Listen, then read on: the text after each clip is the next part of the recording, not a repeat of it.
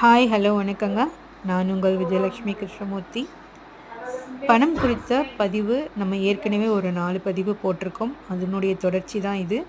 பார்க்காதவங்க அத முதல்ல பார்த்துட்டு இந்த இத தொடருங்க. அப்பதான் உங்களுக்கு புரியும். நம்மளுடைய மனசுல எப்பவுமே ஒரு எண்ணத்த விதைச்சு வைக்கணும்.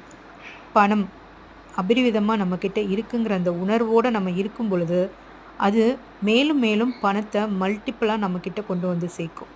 இத எப்பவுமே நம்ம கான்ஃபிடென்ட்டா நம்பணும். அதே மாரி டெய்லியும் ஒரு பிராக்டிஸ் பண்ணுங்க இன்னையிலிருந்து.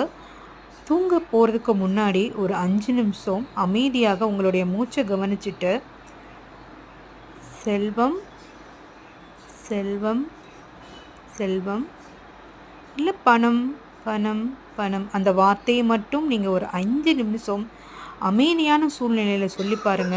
மாற்றங்கள் உங்கள் வாழ்க்கையில ஏற்படும். நன்றி.